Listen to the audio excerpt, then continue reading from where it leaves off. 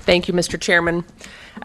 You know, I have the utmost respect for you and how you run this committee, and I appreciate your comments that things may be worked on out of here. But, you know, the transportation lockbox is something I wholeheartedly support. I've submitted legislation. In fact, I voted it in December.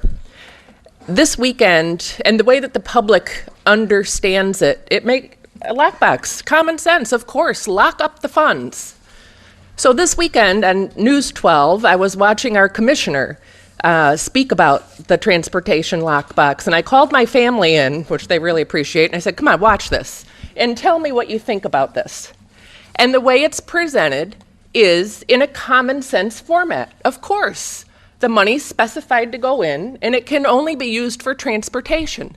And nobody disagrees the fact that our infrastructure needs serious investment.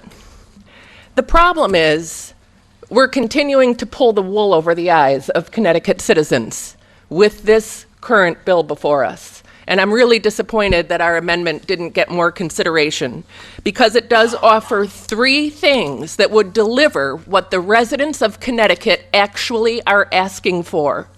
Define the sources that are going into it. Make sure the General Assembly has to keep their hands off of it. You know, when the Special Transportation Fund was created, it was created on the same premise.